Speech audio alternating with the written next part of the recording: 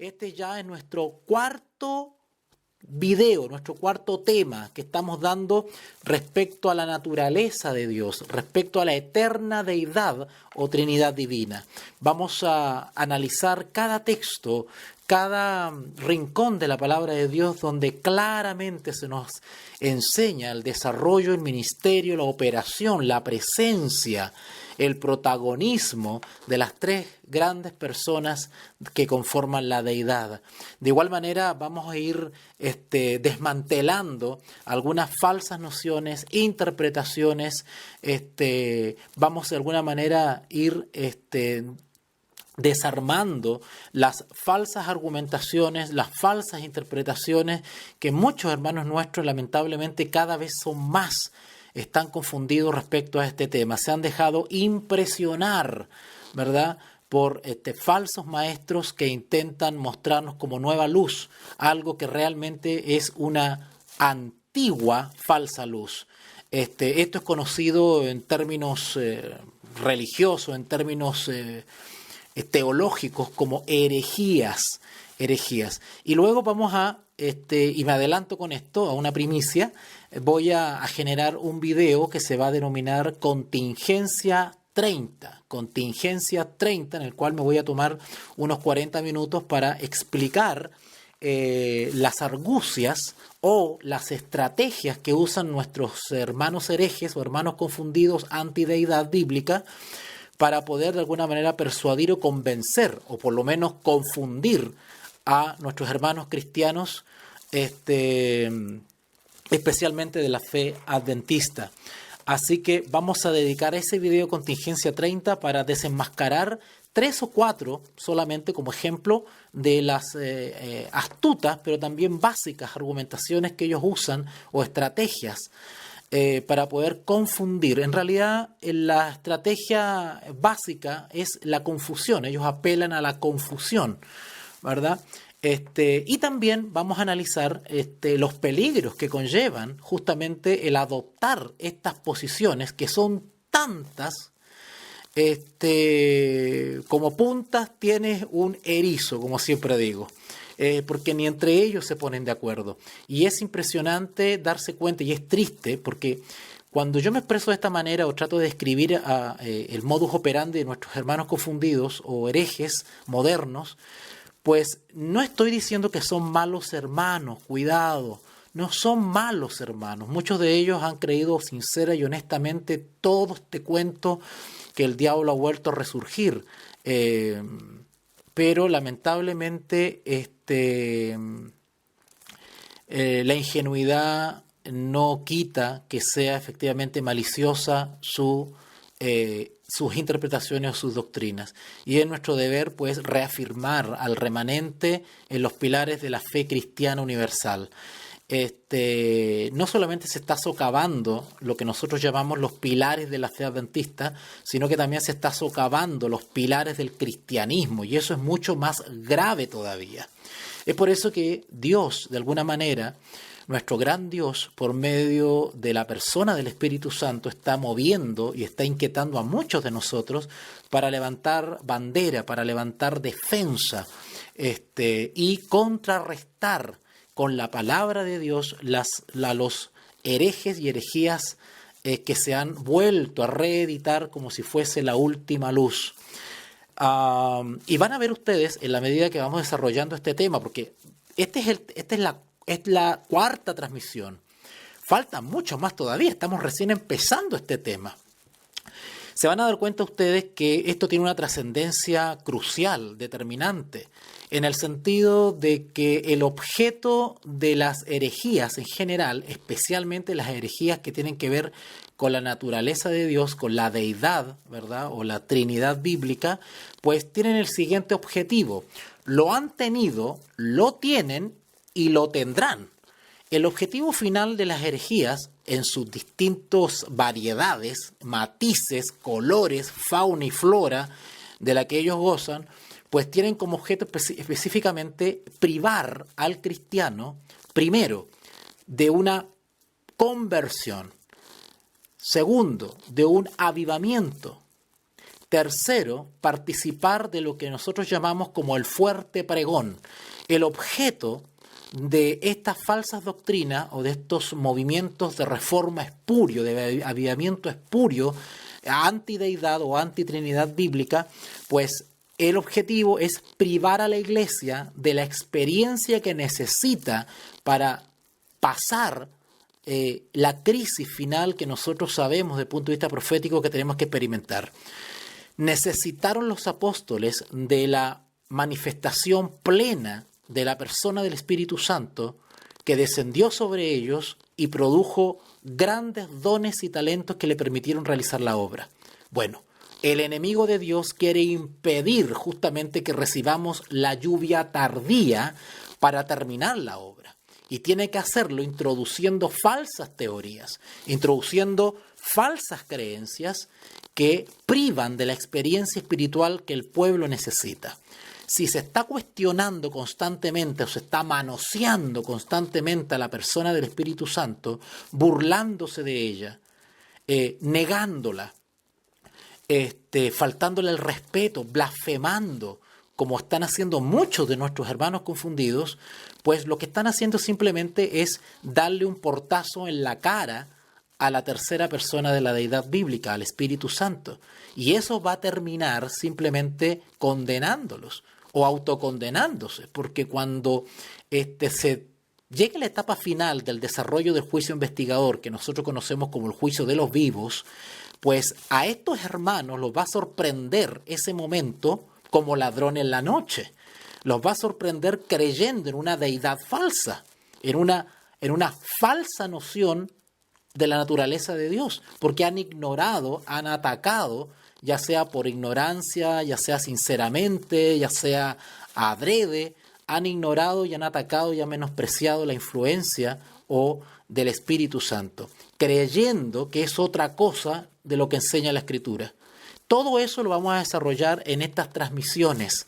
Así que paciencia, yo he tomado la decisión, el siguiente criterio, que es de ir desarrollando este tema tranquila y lentamente. Prefiero ir paso a paso, pero ir de alguna manera sentando las bases sólidas, bíblicas, para poder comprender algo que bíblicamente es tan sencillo, tan evidente, pero nuestros hermanos confundidos y herejes modernos pues quieren hacer una tormenta de un vaso de agua y lo han logrado acomplejar, han logrado traumar, han logrado prejuiciar la mente, el inconsciente de la iglesia contra una enseñanza claramente enseñada en la palabra de Dios y con argumentos tan básicos, tan simples, que simplemente caen a veces en la ignorancia cultural, incluso en la ignorancia histórica, que cuando aclaramos eso nos damos cuenta de las débiles argucias o estratagemas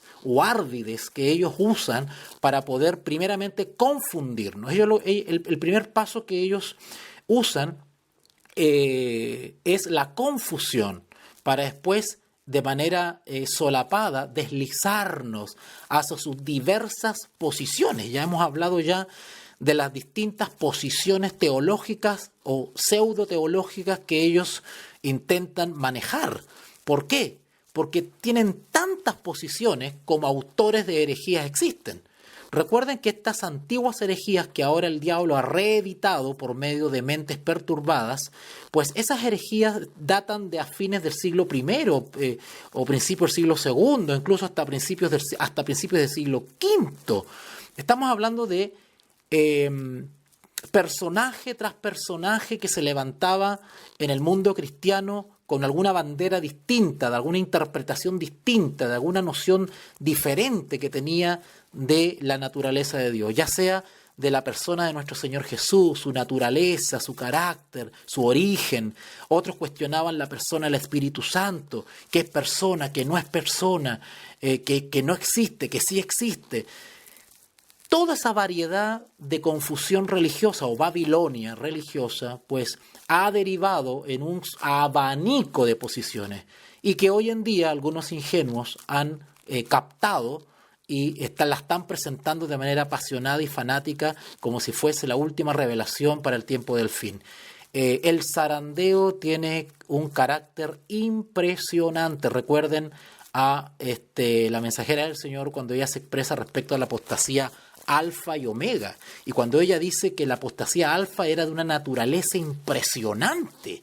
Y ella se expresó de tal manera que dijo, temo por nuestro pueblo. O sea, el carácter y la naturaleza de la apostasía omega va a ser a tal nivel que el que no haya recibido el amor de la verdad en su corazón y haya experimentado la dirección pedagógica directa del Espíritu Santo, no estará resguardado frente a los agudos y astutos engaños de Satanás. Necesitamos tener esa experiencia. Cuando hablamos de la naturaleza de Dios o de la Trinidad bíblica, no basta con tratarlo como si fuese un tema científico, un tema académico, un tema intelectual. Para comprender el misterio de la Trinidad, el misterio de la deidad, claramente enseñada en la Biblia, se requiere de una experiencia espiritual íntima con nuestro Dios. También requiere de una actitud adecuada al acercarnos a este tema. No estamos hablando cualquier cosa, no estamos hablando de una fórmula algebraica, no estamos hablando de una fórmula química, ¿verdad? Aquí no estamos tratando los principios de la economía y cómo tratar de bajar la inflación y aumentar, ¿verdad?, la inversión. No estamos hablando de esas cosas técnicas. Si bien como seres humanos limitados echamos manos de ciertos factores técnicos para poder explicar un misterio, realmente lo que necesitamos es una actitud espiritual de vida. Y eso está reflejado justamente en nuestros textos bases que hemos usado en estos estudios, como por ejemplo Deuteronomio 29:29, ¿no? Lo vamos a repasar, ustedes se lo saben de memoria, ¿verdad? Las cosas secretas pertenecen a Jehová, mas las reveladas son para nosotros. O el apóstol Pablo cuando nos dice, ¿verdad?, que ahora vemos como por un espejo, pero después veremos claramente. El mensaje de la deidad o Trinidad bíblica es un misterio. Eso lo dejamos aclarado en transmisiones anteriores. Así que partimos de la base de que vamos a intentar comprender este misterio hasta donde Dios ha revelado. No vamos a ser soberbios y traspasar esa frontera, ese límite que Dios nos ha establecido. ¿Recuerdan cuando le daba el ejemplo del árbol del fruto del bien y del mal, de la ciencia del bien y del mal? ¿Se acuerdan? Era una especie de límite, ¿verdad?, a nuestra voluntad. Bueno, pasa lo mismo con esto. El misterio de la deidad tiene límites que Dios ha establecido. Lo que está escrito con palabras humanas, inspiradas, pero humanas, en la Escritura es para nosotros. Los autores bíblicos hicieron grandes esfuerzos intelectuales, siempre guiados e iluminados por el Espíritu Santo, pero eran hombres y dentro del vocabulario del lenguaje humano intentaron buscar las mejores expresiones para poder describir algo que es inexplicable, inefable, indecible. ¿Notaron las palabras que usé? Inefable, indecible. Esas palabras reflejan la magnitud de la grandeza de Dios, su grandeza, su santidad, su perfección, su eternidad, su infinitud. Y sin embargo, esas palabras quedan cortas. La palabra omnipotencia, omnisapiencia, omnipresencia, esas palabras, por más grandiosas que suenen, quedan cortas para humanamente, lingüísticamente, léxicamente, no bastan para describir la grandeza de este misterio. Así que, enunciado esto que acabo de decir, vamos a hacer un pequeñito repaso de lo que vimos ayer. Ayer nos adentramos derechamente al tema entramos a una segunda parte de lo que tiene que ver con la característica o la naturaleza de nuestro Dios. ¿Se acuerdan del ejemplo del niñito que vimos? Cuando un adulto le pregunta al niñito, ¿cuántos dioses hay? Uno, le dice el niñito. ¿Cómo sabes esto?, le dice el adulto. Y el niño responde, porque solo hay espacio para uno, pues Él llena el cielo y la tierra. Qué lindo, ¿verdad? A veces es bueno tener esa actitud del niñito que ante la grandeza y la eternidad simplemente cree, porque Dios así lo dijo. ¿Ok? Así que vimos que Dios es uno. Esa es sentamos como una base doctrinal escrita en toda la Escritura, que Dios es uno. Y vimos varios versículos bíblicos, entre ellos el versículo estrella, que no solamente era enseñado entre los hebreos, sino que también el mundo cristiano ha sostenido y defiende celosamente. Ese texto, ¿recuerdan que lo leímos allá en Deuteronomio capítulo 6, versículo 4? Cuando decía, oye Israel, Jehová tu Dios, Jehová uno es. Y vimos otros versículos similares a este, donde la Biblia confirma, incluso vimos textos del Nuevo Testamento, donde incluso el mismo Señor Jesús citaba justamente esta nota tónica de la Escritura de Deuteronomio 6.4, donde tanto el Antiguo Testamento como el Nuevo confirman este pilar fundamental de la fe cristiana de que Dios uno es. Oye Israel, Jehová tu Dios uno es. ¿Ok? Ok.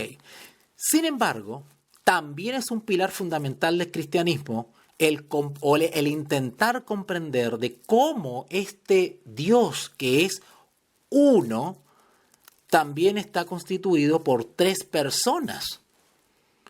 Ese es la piedra de tropiezo en la cual están cayendo miles y miles y miles de hermanos cristianos o ex hermanos cristianos que se han alejado de la palabra de Dios para creer que han aceptado una nueva revelación, un nuevo evangelio, porque tropiezan en eso. Al no encontrar una explicación racional a este misterio de las tres personas de la deidad, ¿verdad?, pues comienzan a elucubrar explicaciones y comienzan a experimentar un hiperracionalismo.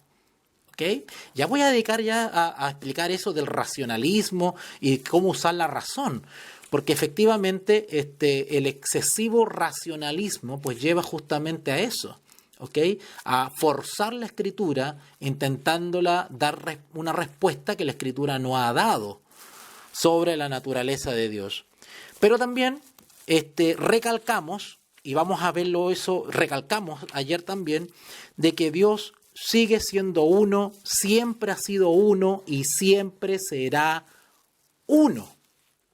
Pero a pesar de que Dios es uno, también tenemos que reconocer que Dios es uno, pero también hay más de uno que es Dios.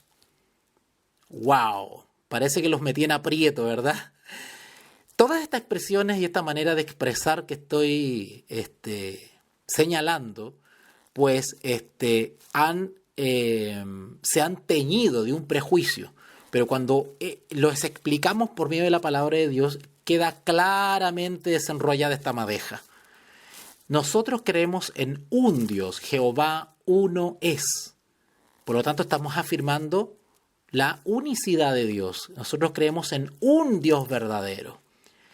Sin embargo, parte de su naturaleza, parte de su deidad, también es la pluralidad. Es decir, este Dios único, ¿verdad? Este Dios único tiene una pluralidad. Hay más de uno que también es Dios. Y sin embargo, no son tres dioses, es un Dios. Estoy tratando de explicar con manzanitas para que nuestra mente pueda, de alguna manera limitada, poder comprender esto. ¿Ok? La pluralidad de Dios, que es una característica de su naturaleza, de la naturaleza de la deidad, pues tiene estas hermosas características inexplicables, este misterio, que como un Dios también puede ser plural. Y cuando digo plural, estoy diciendo que este único Dios, ¿verdad? También más de uno que también es Dios. y sin embargo no son tres dioses, sino que es uno. Bueno, esto que acabo de explicar, o intentar explicar, no lo conciben algunos hermanos e inmediatamente por su falta de entendimiento o tal vez su falta de reconocimiento de que esto es un misterio, pues comienzan a ponerse violentos, agresivos y fanáticos y a acusar a aquellos que creemos en las tres personas de la deidad, a calumniar y acusarnos de ser paganos, politeístas, ¿ok? Que creemos en tres dioses, triteístas, cuando en realidad vamos a ver bíblicamente que los que se han alejado del cristianismo y están cayendo en el politeísmo, en el paganismo, incluso en la blasfemia, son justamente los hermanos confundidos. Vamos a dar vuelta a la tortilla porque nos están contando otro discurso y eso nos pasa y nos confunden.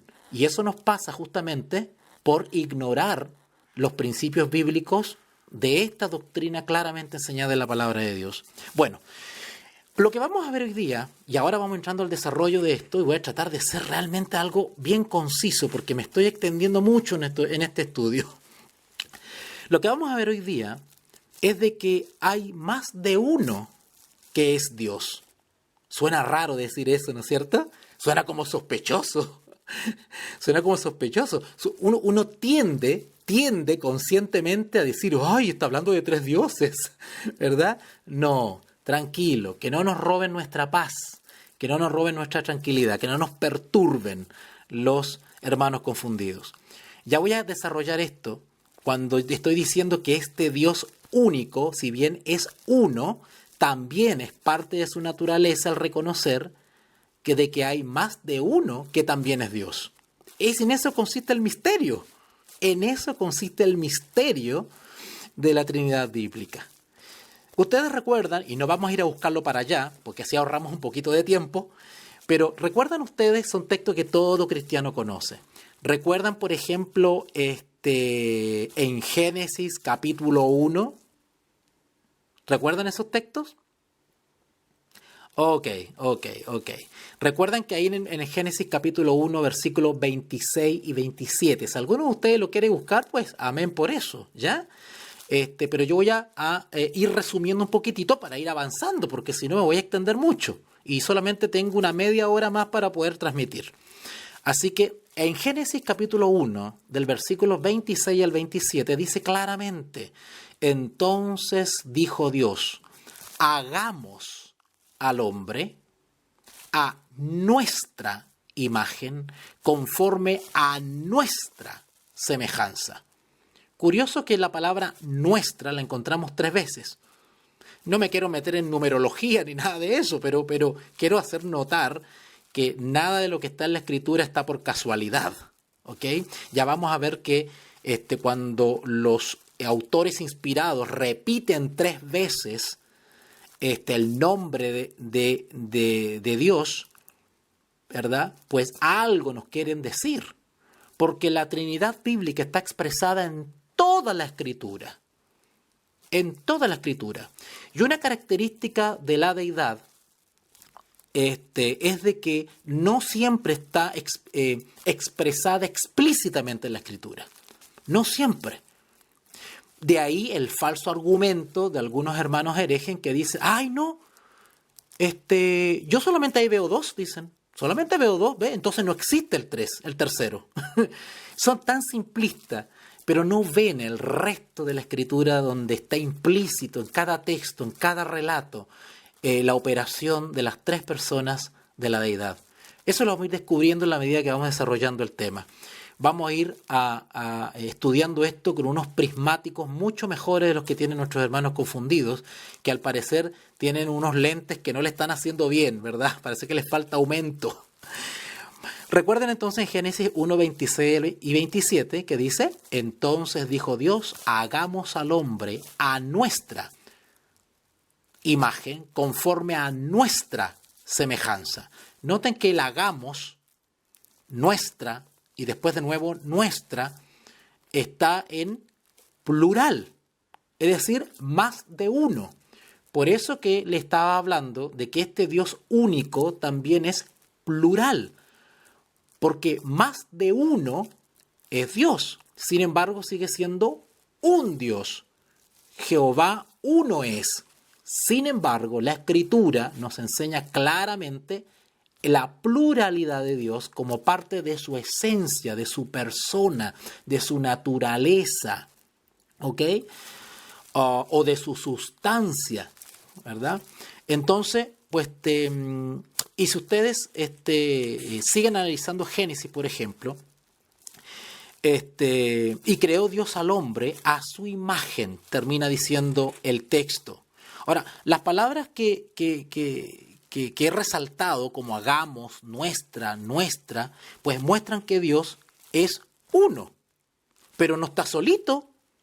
Nuestro Dios, que es uno, no está solo, está hablando con otros, está interactuando con otros.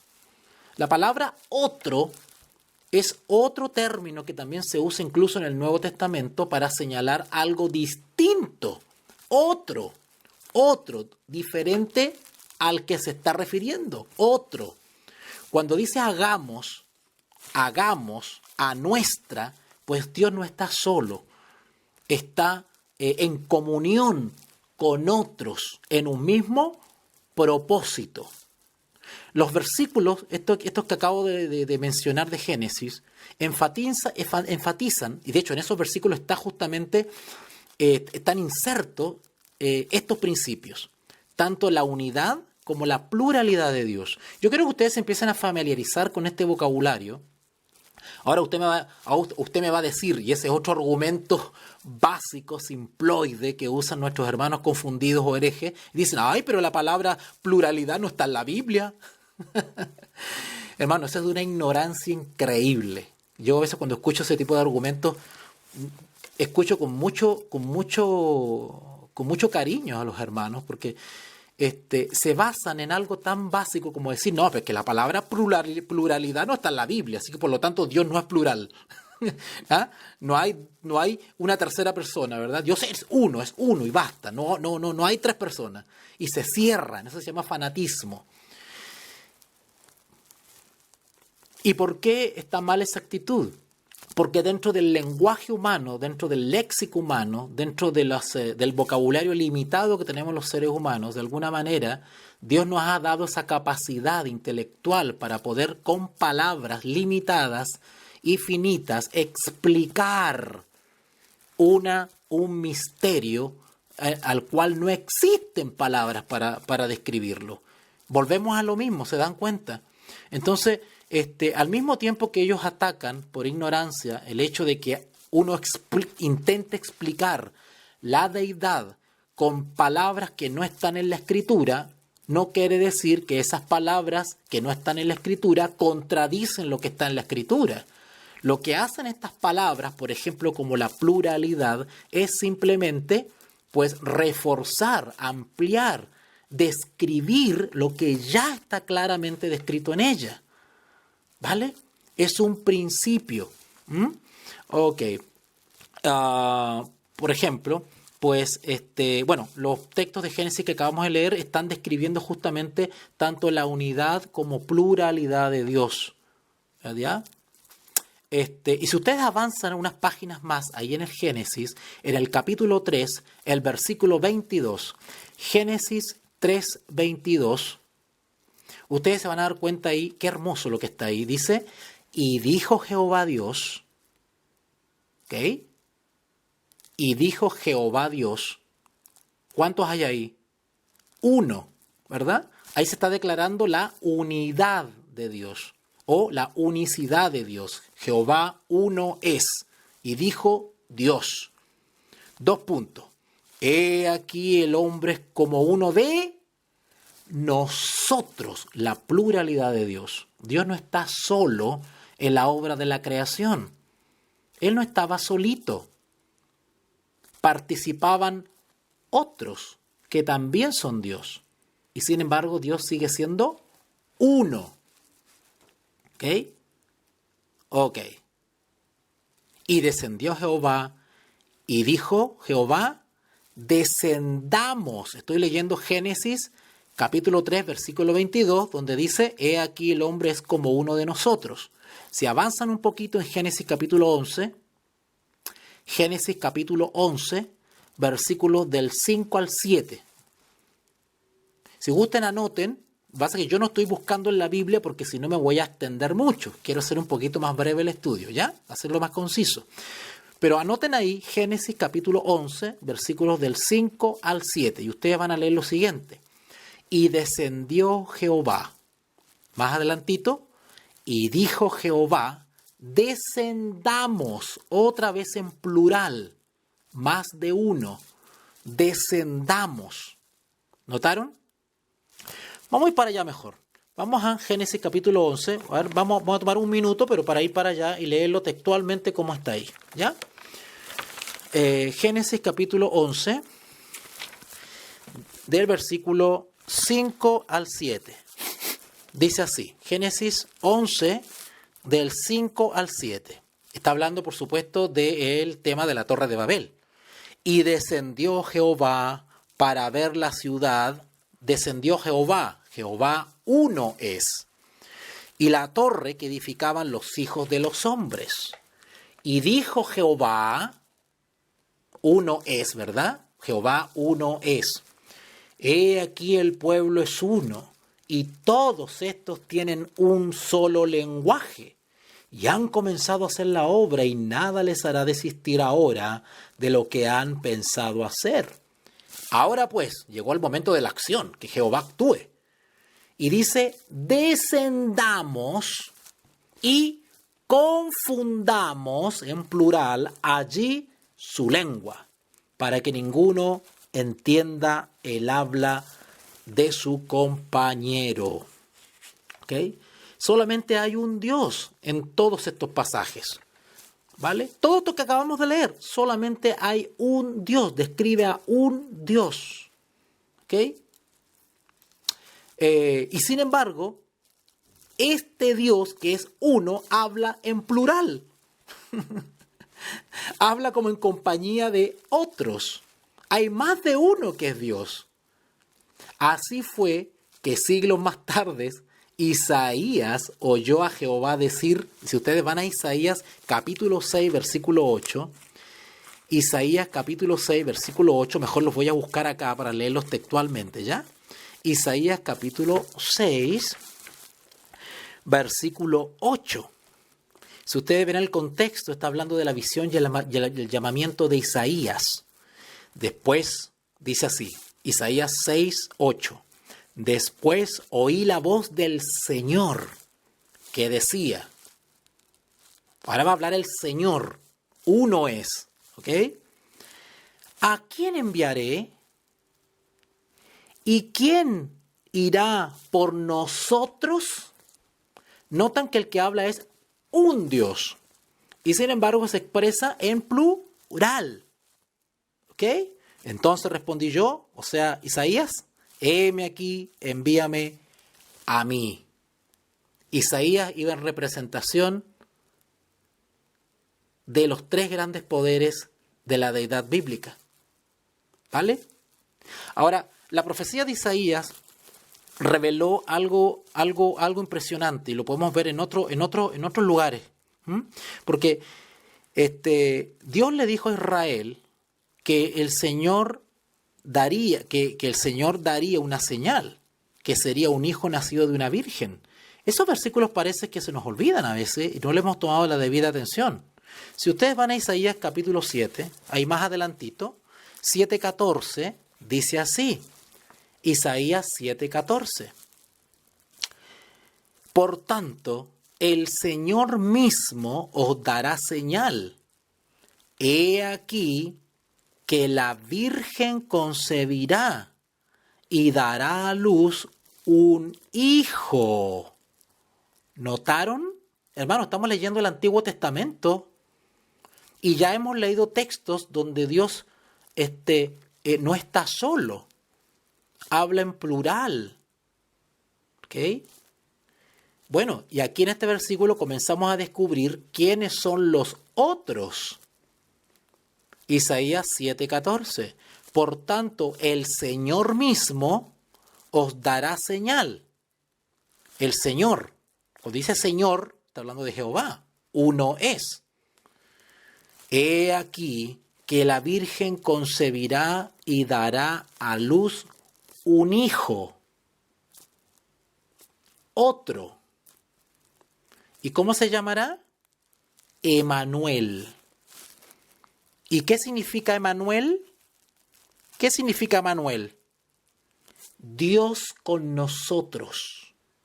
A este otro que se iba a manifestar entre los seres humanos en un tiempo futuro, porque este es un texto mesiánico que anuncia el nacimiento del Mesías, de Jesús de Nazaret. Y a Jesús se le llama, por inspiración de Dios, se le llama o se le da el nombre de Dios también. Dios. Si este hijo no fuese Dios, sería una blasfemia. Sin embargo, por la fe creemos que este hijo es Dios que iba a venir al mundo. ¿Se dan cuenta que ya tenemos ya a los otros? Por eso que Jehová, en los textos anteriores que leímos, se expresa en plural, porque Él nunca estuvo solo en la obra de la creación y desde la eternidad, porque es nuestro Dios único. Sin embargo, hay más de uno que es Dios, porque una característica de la naturaleza de la deidad o de nuestro Dios creador es que también tiene una pluralidad. ¿Ok? Ok. Vamos asimilando todas estas expresiones, ¿vale? Si ustedes van a Isaías 9, vamos más adelantito, vamos a quedarnos pegados un poquitito en Isaías. En Isaías capítulo 9, versículo 6, Isaías capítulo 9, versículo 6, dice así. También esto es parte de una profecía mesiánica. Cuando ustedes leen el contexto de Isaías 9, está hablando del nacimiento y el reinado del Mesías.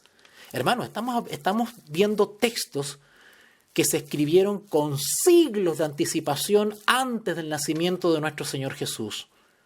Y sin embargo, podemos ver expresiones claramente descritas respecto a la pluralidad de Dios. ¿Ok? Dice así el versículo 6, Isaías 9:6. Porque un niño, o sea, el Hijo, Emanuel, que está anunciado en el capítulo anterior, porque un niño nos es nacido. Esto ya estaba profetizado, ¿verdad? Hijo nos es dado. El principado sobre su hombro, y se llamará su nombre admirable, consejero, Dios fuerte, Padre eterno.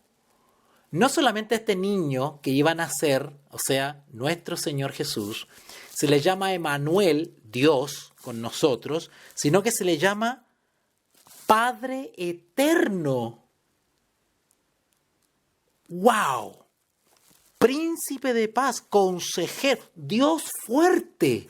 No solamente Dios con nosotros, sino Padre eterno y Dios fuerte. ¿Se dan cuenta ahora que la Biblia enseña ese principio de la pluralidad? Hay más de uno que también es Dios y sin embargo sigue siendo uno, porque Jehová Dios uno es. ¿Ok? ¿Cómo entender eso? ¿Cómo entender eso? Bueno, quienes no aceptan que esto es un misterio que escapa a nuestra racionalidad, pues justamente cometen el error de traspasar esos límites, y es por eso que los tenemos hoy día simplemente apostatados del cristianismo, creyendo que todavía son cristianos. Interesante. ¿Ok? Ahora, ¿cómo podría Dios enviar a Dios? ¿Cómo podría Dios enviar a Dios si no hubiera más de una persona que fuese Dios? ¿Verdad? Si comenzamos un poquito a racionalizar esto, diríamos, ok, nació un niño que la Escritura le dice que es Dios, Padre eterno, Dios fuerte. Entonces, ¿cómo? Quienes afirman que Dios solamente es uno, se van a ese extremo que es uno y no puede ser plural, entonces, ¿quién es el Hijo? ¿Es Dios? Sí. Bueno, ¿y el Padre dónde quedó? ¿Se dan cuenta este misterio? Ahora, derivado de esta pequeña reflexión que hice, han derivado una cantidad de interpretaciones increíbles. ¿Han escuchado ustedes el famoso Arrio? El famoso Arrio, los arrianos. Bueno, ellos tenían un problema justamente con la naturaleza del Hijo, porque se metían en estos versículos y no concebían, no podían humanamente entender cómo en nuestro Dios único, oh Jehová, Israel uno, oh Israel, Jehová uno es. Y después resulta que nace un niño en Belén y la Biblia, por inspiración divina, le atribuye los títulos de Padre eterno, Dios fuerte, príncipe de paz. Y así esto se lo han preguntado y preguntado miles de personas. Y al no aceptar lo que la Escritura claramente dice, pues comienzan justamente a elucubrar interpretaciones y nociones privadas de lo que dice la inspiración. ¿Ok? Sin embargo, no debemos olvidar los versículos de Isaías que acabamos de leer. El mismo libro insiste en que no hay Dios excepto ese. Hay un Dios a quien Israel adoraba. Un Dios. No obstante, hay más de uno que es Dios. ¿Se entiende ahora lo que estoy tratando de explicar? Hay un Dios. No obstante, la misma Escritura nos enseña que hay más de uno que también es Dios. ¿Verdad? En este caso, el niño que había de nacer. De modo que el Antiguo Testamento nos habla de Dios ungiendo a Dios. ¿Cómo es eso? Dios ungiendo a Dios. Claro, porque Dios, la palabra Dios, Padre, también se le aplica a nuestro Señor Jesús. Si ustedes ven en Salmo 45, vamos para allá. Salmo 45, ahí se me perdió, vamos para allá. Salmo 45, miren qué lindo. Salmo 45, versículos 6 y 7. Salmo 45, versículos 6 y 7. Dice así: Tu trono, oh Dios, es eterno y para siempre. Cetro de justicia es el cetro de tu reino. Has amado la justicia y aborrecido la maldad. Por tanto, te ungió Dios, el Dios tuyo, con óleo de alegría más que a tus compañeros. Ungió, el ungido. Vuelvan al versículo 6. Tu trono, oh Dios. ¿Saben a qué se está refiriendo el autor bíblico cuando dice acá, oh Dios? Tu trono, oh Dios. ¿Saben a quién se le está atribuyendo ese oh Dios? Al Hijo, al Mesías, a Jesús. Volvamos a leer. Tu trono, oh Dios, es eterno y para siempre. Cetro de justicia es el cetro de tu reino. Has amado la justicia y aborrecido la maldad. ¿Notaron que estos son, por decirlo así, actitudes o sentimientos que comparte tanto el Padre como el Hijo? El hecho de amar la justicia y aborrecer la maldad también eran parte del carácter de nuestro Señor Jesús. O son, perdón, parte del carácter de nuestro Señor Jesús. Y note lo que dice después. Por tanto, hablando de este oh Dios, del trono de este oh Dios, ¿qué se dice? Por tanto, como tú amas la justicia y aborreces la maldad, por tanto, te ungió Dios, este es el Padre, te ungió Dios, el Dios tuyo, con óleo de alegría más que a tus compañeros. ¿Ok? Yo sé que para algunos estos textos son desconocidos, nunca lo habían leído o nunca lo habían analizado, Pero tómense la libertad de ir a cualquier comentario bíblico y van a confirmar lo que estoy explicando, ¿ya? Es bueno que tengamos el factor sorpresa, el factor novedad, ¿verdad? El factor asombro. Es bonito eso porque eso nos lleva justamente a gozarnos en la palabra de Dios por las expresiones y estamos extrayendo el mensaje de la deidad en cada texto.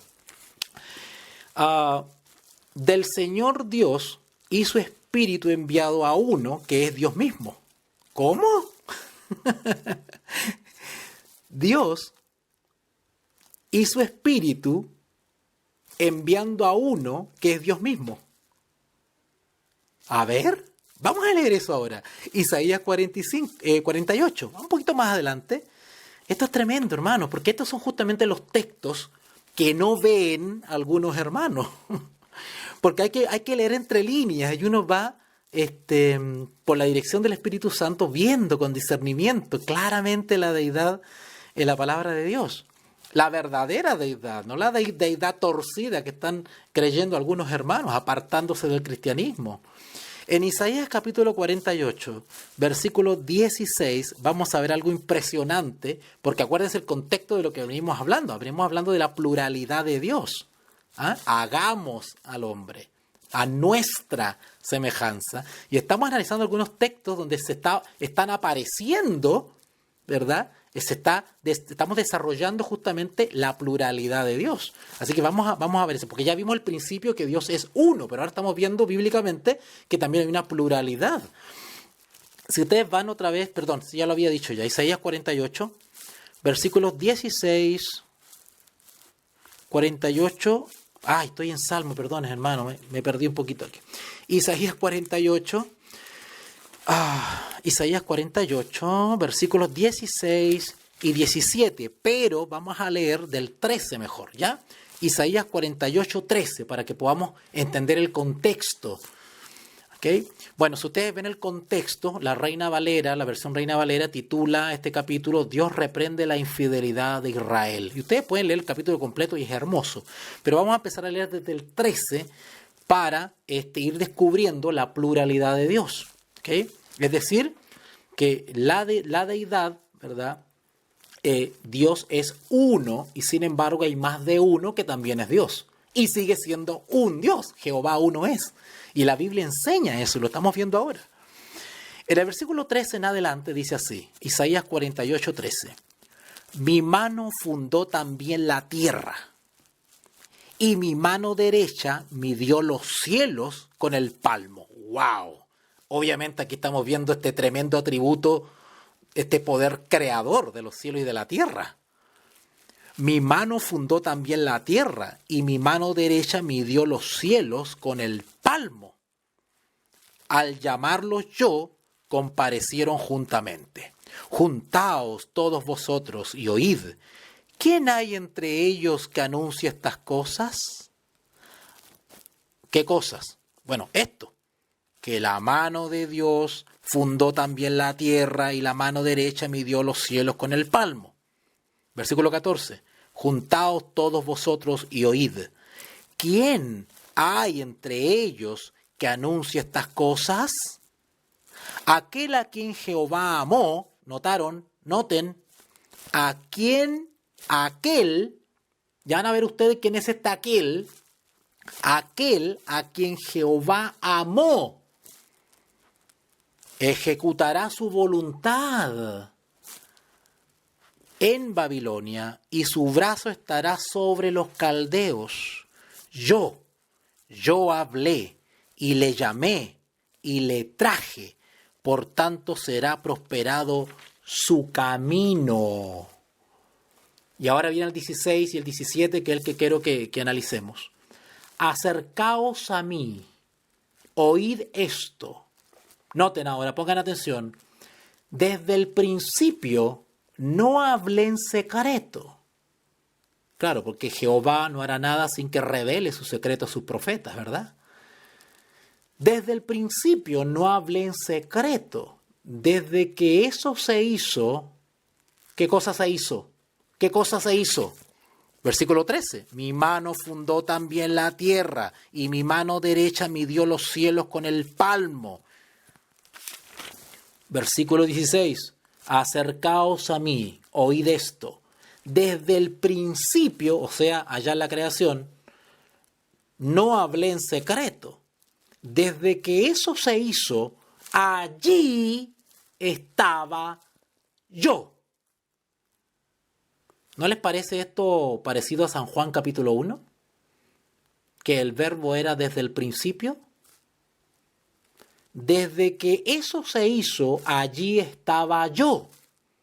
Y ahora me envió Jehová el Señor. ¿Cómo? Ahora envió Jehová a uno que estaba desde el principio. ¿Y qué le envió? Ahora me envió Jehová el Señor. ¿Y qué más envió? ¿Qué más envió? Y su Espíritu. ¿Cuántos estaban en la creación? Y que gatilló las expresiones de hagamos a nuestra. Si ustedes van a cualquier comentario bíblico, se van a dar cuenta de quién estamos hablando acá en el versículo 16, hermanos. Está hablando de Cristo. Espíritu. ¿Cuándo se cumplió esta profecía? Ahora me envió Jehová el Señor y su Espíritu. ¿Notaron que hablamos que Jehová uno es? Pero también hay profecías que hablan de otro, el Hijo que había de nacer, Emanuel, Dios eterno, Padre, Príncipe de paz. Y resulta que ahora entra en escena también el Espíritu. Isaías capítulo 11, vamos para allá. Isaías capítulo 11, versículo 2. Vamos a retroceder un poquito. Para el que no le quedó claro. Gócense en la palabra de Dios. No dejen que nadie nos perturbe, hermanos. No se dejen confundir. Esto es tan lindo, es tan hermoso que no tiene por qué perturbarnos. Esto tiene que, al contrario, traernos gozo a nuestro corazón de conocer más y más a nuestro Dios de la palabra. ¿Vale? Esto debería provocar en nosotros un avivamiento espiritual, una consagración, un asombro al conocer como nunca antes al Dios eterno en el cual hemos depositado nuestra fe y nuestra vida. Bueno, vamos a Isaías capítulo 11. Isaías capítulo 11, versículo 2. A ver qué dice. Isaías capítulo 11, versículo 2. Si ustedes se fijan en el contexto de Isaías capítulo 11, también está hablando del reinado del Mesías. Son profecías mesiánicas donde se está hablando de otro. ¿Ok? Se está hablando del Hijo, de Manuel, del Padre eterno. ¿Ok? En el fondo, ¿qué estamos haciendo con estos textos? Estamos describiendo lo que dije al principio, la pluralidad de Dios. ¿Se dan cuenta que no hay que tenerle miedo a estas palabras? Son palabras humanas que Dios nos ha dado la capacidad intelectual de poder desarrollar para describir, para enseñar, para ser verdaderos maestros de la palabra y poder de alguna manera pues enseñar en algo hasta donde se puede el misterio de la deidad. ¿Ok? Bueno, el versículo 2 dice así, Isaías 11, 2. Podríamos leerlo completo, pero vamos a ir justamente donde tenemos que ir nomás. Y reposará sobre él. ¿Quién es él? Jesús, el Mesías que habría de venir. Él, y reposará sobre él, ¿qué cosa? El Espíritu de Jehová. Quiero explicar otra vez esta expresión de Espíritu de Jehová que nuestros hermanos confundidos o herejes modernos tergiversan, malinterpretan. Esto del Espíritu de Jehová simplemente es un nombre bíblico que se le da al Espíritu Santo. Eso es todo. Ahora, ¿cómo lo malinterpretan nuestros hermanos confundidos? Que como dice el Espíritu de, el de lo entienden, no como lo entienden, lo interpretan que es de origen. El origen del Espíritu es el trono de Dios, ¿verdad? Ese es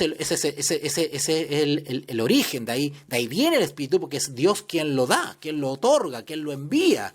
¿Ok?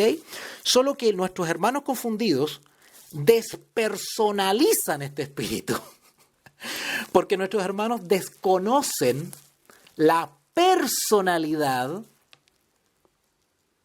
las características personales que tiene este espíritu que viene de Jehová.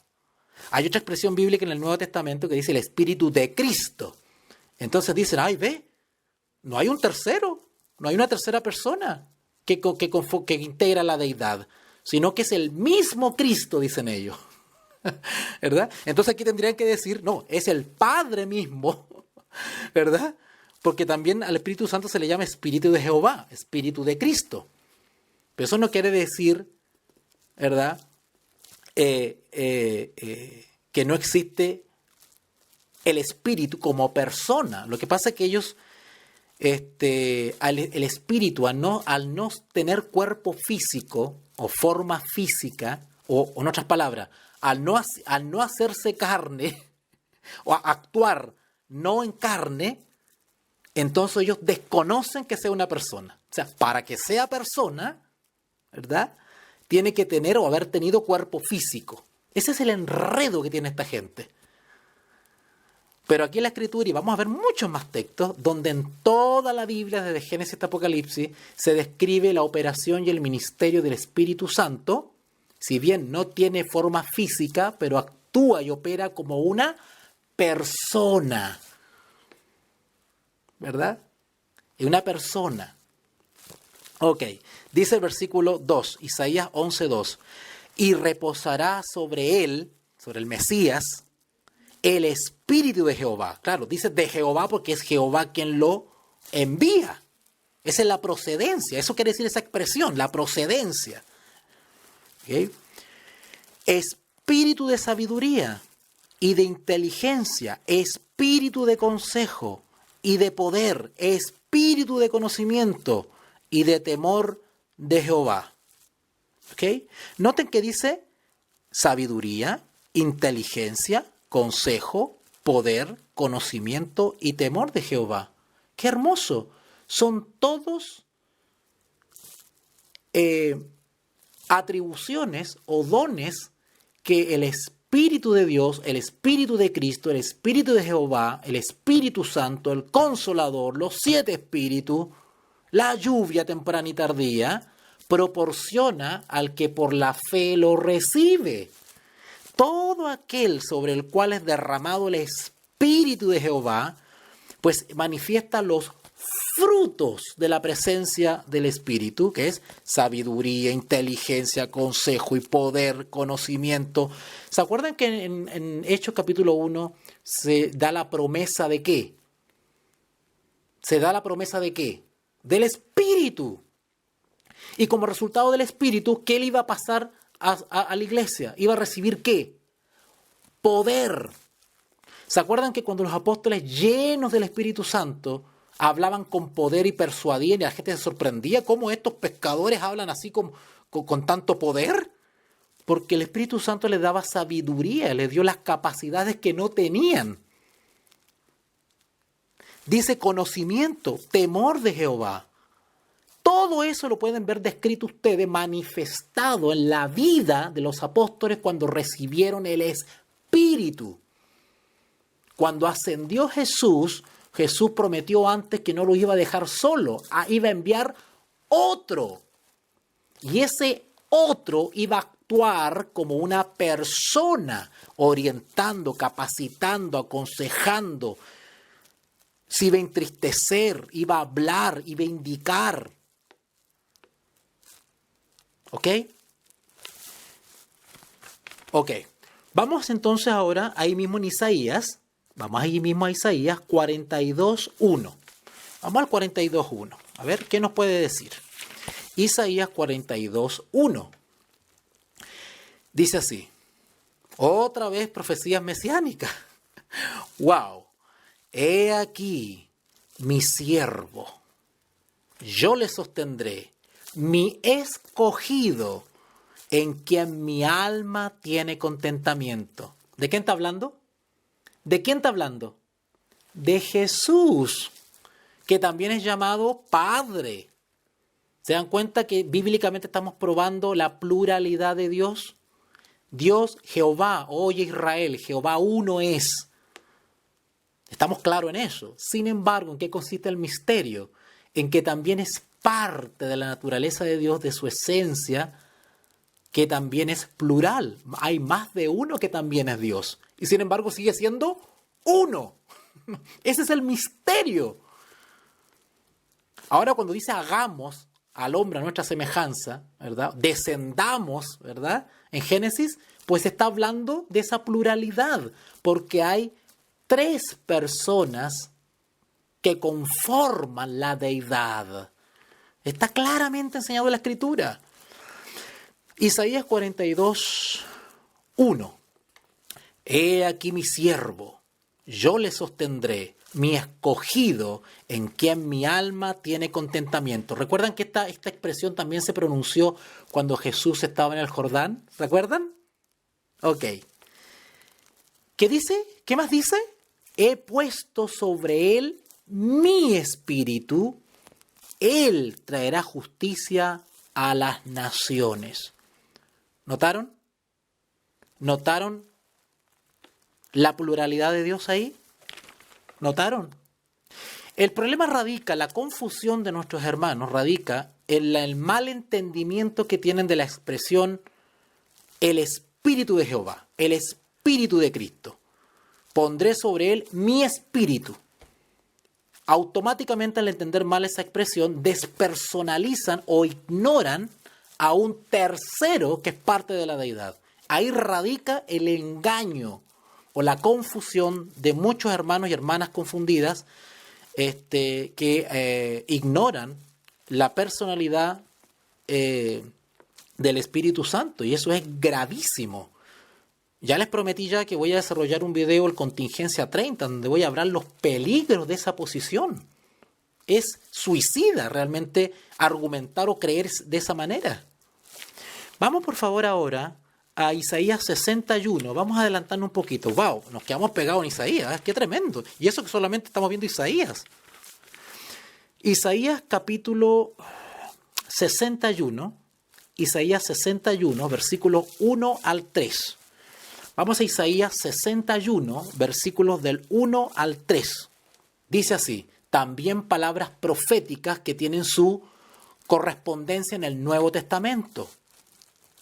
Versículo 1. El Espíritu de Jehová, el Señor, está sobre mí. Quiero agregar un poquito más a esto de la expresión Espíritu de Jehová, ¿verdad? Que tan mal tuercen y entienden nuestros hermanos confundidos. Cuando dice el Espíritu de Jehová, simplemente está diciendo algo que toda la Escritura enseña. La plena deidad, las 3 personas que conforman la deidad, provienen de un mismo lugar, de una misma fuente, por decirlo así, de un mismo Dios. Lo que está diciendo simplemente la expresión el espíritu de quiere decir que no viene de Isis, no viene de Horus, no viene de Buda, no viene de Krishna, no es cualquier espíritu, no es un espíritu inmundo, no es un espíritu falso, sino que es el espíritu del Dios verdadero. Esa es la procedencia. Cuando dice Espíritu de Jehová, está señalando la procedencia. Sin embargo, algunos malinterpretan esto y vuelvo a repetir, lo despersonalizan al Espíritu. Impresionante. Yo no sé cómo entienden estas personas esto. Dice así, versículo 1. Isaías 61, 1. El Espíritu de Jehová, el Señor, está sobre mí. ¿Notaron? Porque me ungió Jehová. De hecho, estas palabras están mucho más ampliadas en Mateo capítulo 3. Porque en el capítulo 3 de Mateo está mucho más delimitada en las 3 personas de la deidad. ¿Se acuerdan cuando dice que el Padre habló del cielo, desciende el Espíritu y Jesús está en el Jordán? O sea, ahí está mucho más ahí está mucho más clarito que este texto que estamos leyendo, pero ambos se complementan, solo que el de Mateo es mucho más clarificador que este de Isaías 61:1. Pero estamos hablando del mismo texto, de la misma profecía. El Espíritu de Jehová el Señor está sobre mí, porque me ungió Jehová. Claro, este Jehová es Dios Padre que está en el cielo y pronuncia las palabras. ¿Se acuerdan cuando dice, este es mi Hijo amado, verdad? Este es mi Hijo amado. Bueno, esto está pasando acá. El Espíritu de Jehová, el Señor, está sobre mí, porque me ungió Jehová, me ha enviado a predicar buenas nuevas a los abatidos, a vendar a los quebrantados de corazón, a publicar libertad a los cautivos y a los presos, apertura de la cárcel, a proclamar el año de la buena voluntad de Jehová y el día de la venganza del Dios nuestro, a consolar a todos los enlutados. Y el versículo 3, a ordenar que a los afligidos de Sión se les dé gloria en lugar de ceniza, óleo de gozo en lugar de luto, manto de alegría en lugar del espíritu angustiado, y serán llamados árboles de justicia, plantío de Jehová para gloria suya. ¡Qué hermoso! Si ustedes van a Mateo capítulo 3, versículo 16, que es el texto que le estaba señalando, pero lo vamos a leer igual para que ustedes confirmen, porque Mateo 3 no es más que una repetición y clarificación del texto de Isaías 61.1. Vamos a Mateo capítulo 3. Hermano, yo lo veo tan claro esto, realmente. Y vuelvo a repetir, cuando uno lee estos textos tiene que verlo con la sencillez de un estudiante. Porque si estamos con esa ínfula de hiperracionalismo, ¿verdad? Es que no me cabe en la cabeza, es que hay algo más, y estamos con esas cosas, pues vamos a empezar a ver cosas que el texto no dice. Pero tenemos que ver el texto en relación con los mismos textos, ir encadenando los textos y se nos va ampliando el entendimiento. En Mateo capítulo 3, versículo 16, Mateo 3:16 dice así: y Jesús, después que fue bautizado, subió luego del agua, y he aquí los cielos se abrieron, fueron abiertos, y vio al Espíritu de Dios, ¿notaron? El Espíritu de Dios que descendía como paloma y venía sobre él. Todo este texto es cumplimiento de los textos mesiánicos que acabamos de leer ya hace unos minutos. Y hubo una voz del cielo que decía: este es mi Hijo amado en quien tengo complacencia. Dios Padre pronunciando las palabras desde su trono y enviando al otro, enviando al Consolador sobre su Hijo para ungirlo y poder dotarlo de poder, sabiduría, conocimiento, ¿verdad? Porque como Dios hecho hombre y ser partícipe de la naturaleza humana, también necesitaba ser capacitado, igual que nosotros ahora, ¿verdad? Porque compartía nuestra naturaleza humana, del Espíritu Santo para poder realizar su obra. De igual manera nosotros, en la carne, en esta naturaleza caída, necesitamos que descienda sobre nosotros este Espíritu de Dios, el Espíritu Santo, el Consolador, para poder hacer las obras de Cristo. ¿Se dan cuenta? Que el proceso y la experiencia espiritual es la misma por la cual pasó nuestro Maestro, porque Él vino justamente a darnos ejemplo. Versículo 17, Mateo 3:17. Y hubo una voz del cielo, de los cielos, que decía: este es mi Hijo amado, en quien tengo complacencia. Si ustedes van a Lucas capítulo 4, dice así. Ya me pasé en el tiempo, pero bueno, yo creo que ha valido la pena. Lucas capítulo 4. Disculpen el sonido del teléfono, hermano, porque me está llamando mi mamá y no le avisé que iba a estar ocupadito.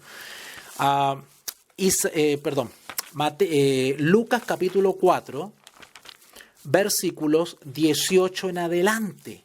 ¡Ay, gócense, hermano, con esto! Den gloria a Dios con esto. Miren qué lindo. Lucas 4, 18 al 21. Son palabras de Jesús. Algunas versiones bíblicas están rojito. Eso quiere decir que son palabras que Jesús pronunció. Dice así: el Espíritu del Señor está sobre mí, por cuanto me ha ungido para dar buenas nuevas a los pobres. Me ha enviado a sanar a los quebrantados de corazón, a pregonar libertad a los cautivos y vista a los ciegos, a poner en libertad a los oprimidos, a predicar el año agradable del Señor. Y enrollando el libro, le dio al ministro y se sentó. Y los ojos de todos en la sinagoga estaban fijos en él. Y comenzó a decirles: hoy se ha cumplido esta escritura delante de vosotros. Qué lindo, ¿verdad? Quiero agregar un pequeño paréntesis a esto, porque nuestros hermanos confundidos, como no hayan de dónde atacar el misterio de la deidad o la Trinidad bíblica, pues se agarran de cosas increíbles. No hay uno, ni dos, ni tres, ni la primera, ni la segunda, ni la tercera persona. En la Biblia no dice eso de que uno es primero, uno segundo y uno tercero. Miren los argumentos infantiles. Cuando estudiamos de Génesis a Apocalipsis, comenzamos a ver el desarrollo de la naturaleza de Dios de manera maravillosa. Dios creador en los cielos, pero llega un momento en que Él va anunciando el ministerio notable de su Hijo, ¿verdad? Entonces, del punto de vista de la aparición histórica, por decirlo así, Jesús es el segundo. No el segundo, cuando digo segundo no estoy diciendo que le estoy rebajando. No, porque Dios es uno, Jehová, Israel, Jehová uno es. Solo que en la manifestación histórica, en el relato bíblico, pues va cobrando maravillosa manifestación, protagonismo, ¿verdad? Cada una de las personas de la deidad. Llegó un momento en la historia en que Dios se hizo carne, ¿verdad? Entonces por eso hablamos de segunda persona, ¿ok? Y eso no es nada malicioso, pero todos los hermanos confundidos intentan ponerle ese manto de sospecha, ¿verdad? No, cuando decimos segunda persona no estamos rebajando a nadie, solamente lo estamos de alguna manera individualizando a las personas de la deidad en base, ¿verdad?, a su manifestación histórica, ¿verdad?, cronológica. Eso estamos haciendo, nada más, es tan inocente como eso. Y por supuesto, después que nuestro Señor Jesús ascendió a los cielos, pues resulta que cobra protagonismo otro, que se llama el Consolador, ¿verdad? Y que estará con nosotros hasta el fin. Por eso se habla de el tercero, la tercera persona, ¿ok? Es una manera pedagógica, es una manera didáctica, ¿verdad?, de poder individualizar a las tres personas de la deidad bíblica, ¿ya? Así que no le metan miedo, que no le metan prejuicio con cosas tan simples y tan sencillas como ese, que han resultado de tanta bendición para nuestro intelecto, para nuestra enseñanza, ¿ya? Busquemos un par de textos más y ya con eso vamos a ir cerrando la transmisión de hoy. Vamos a Juan, capítulo 1. A mí me encanta el libro de Juan, ¿eh? Déjame decirle. Juan, capítulo 1. Juan, capítulo 1. Versículos 32 y 33. Juan, capítulo 1, versículos 32 y 33. Dice así: y yo no le conocía, mas para que fuese manifestado Israel, por esto vine yo bautizando con agua. También dio Juan testimonio diciendo: vi, acá hay un testigo humano, vi al Espíritu que descendía del cielo como paloma. Juan el Bautista lo que hizo fue individualizar al Espíritu, que era distinto del Padre que estaba en los cielos pronunciando unas palabras que Juan también escuchó. ¿Ok?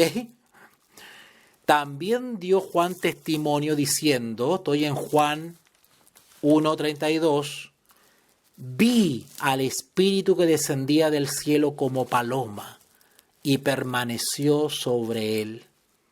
Y yo le conocía, pero él que me envió a bautizar con agua, aquel me dijo: sobre quien veas descender el Espíritu y que permanece sobre él, ese es el que bautiza con el Espíritu Santo. ¡Qué hermoso!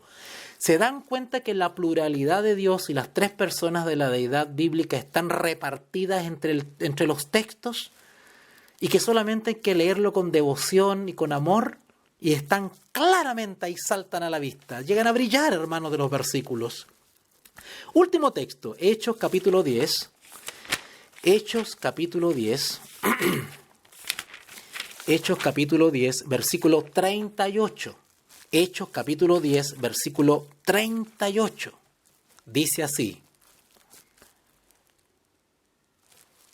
como Dios ungió con el Espíritu Santo. ¿Notaron?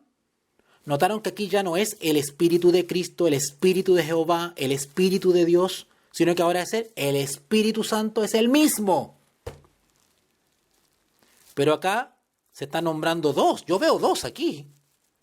Yo veo a dos personas que conforman la Trinidad bíblica. Como Dios ungió con el Espíritu Santo y con poder, ¿a quién? A Jesús de Nazaret. Las tres personas de la deidad. ¡Qué hermoso! Y cómo éste anduvo haciendo bienes y sanando a todos los oprimidos por el diablo, porque Dios estaba con él, su presencia, o sea, el Espíritu de Jehová. Qué hermoso, ¿verdad? ¡Qué misterio! ¡Qué misterio! ¡Qué misterio! ¡Wow!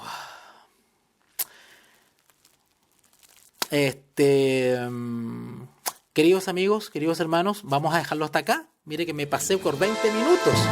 Se me queda en el tintero